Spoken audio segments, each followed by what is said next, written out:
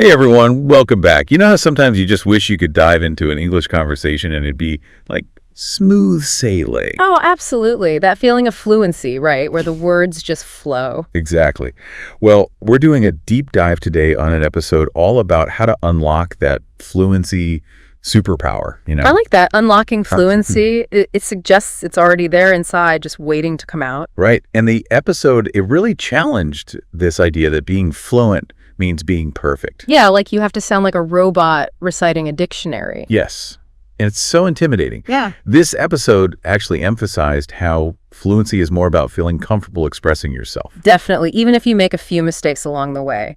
It's about progress, not perfection. So true. And they had this great point about consistent practice, which we hear all the time. But this episode gave this cool example. They suggested like narrating your daily routine, like while you're making breakfast or something. Oh, that's smart. It's like you're actively recalling vocabulary in real time instead of just passively reviewing it. Exactly. It's about making those neural connections in your brain, I guess. Right. You're building those pathways. So like instead of reading a recipe, you're actually baking the cake. Flour everywhere, making it happen. Love that analogy. You're getting your hands dirty, learning by doing. Totally. Yeah.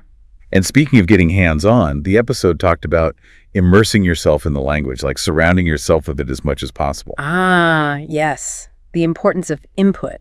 Listening to native speakers, movies, even this podcast. Right. Or even eavesdropping at a cafe.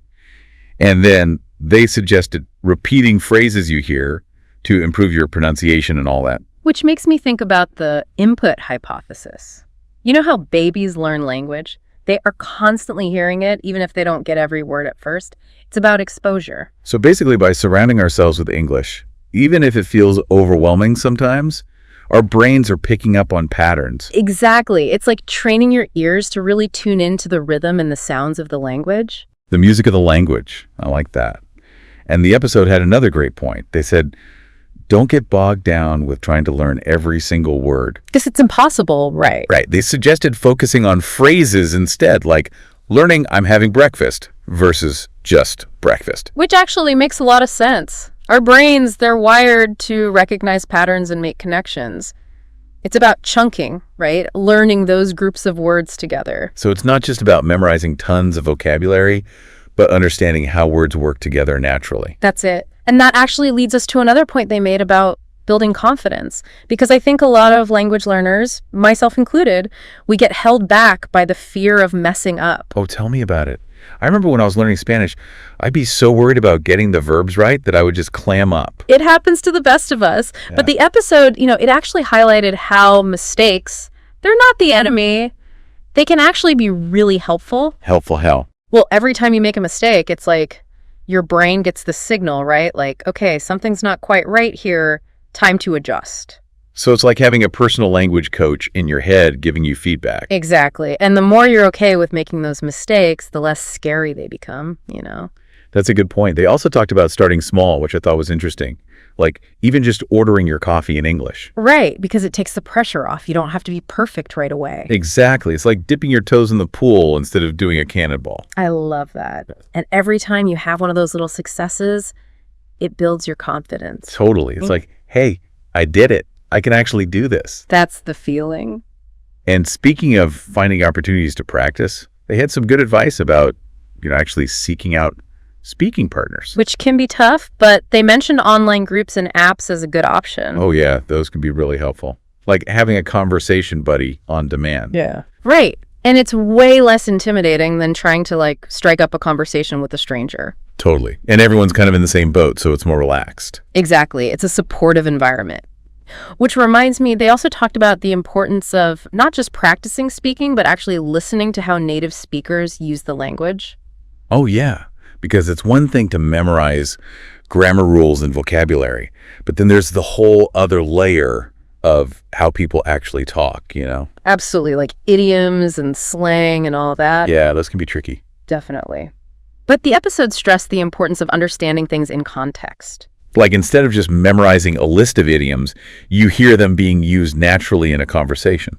Right, like in a movie or a TV show. Suddenly, it clicks. Exactly. So it's about exposing yourself to as much authentic English as possible. And that's where real fluency comes in, right? It's not just about understanding the basic meaning of words, but also the nuances and the cultural context. It's about connecting with the language on a deeper level. Precisely.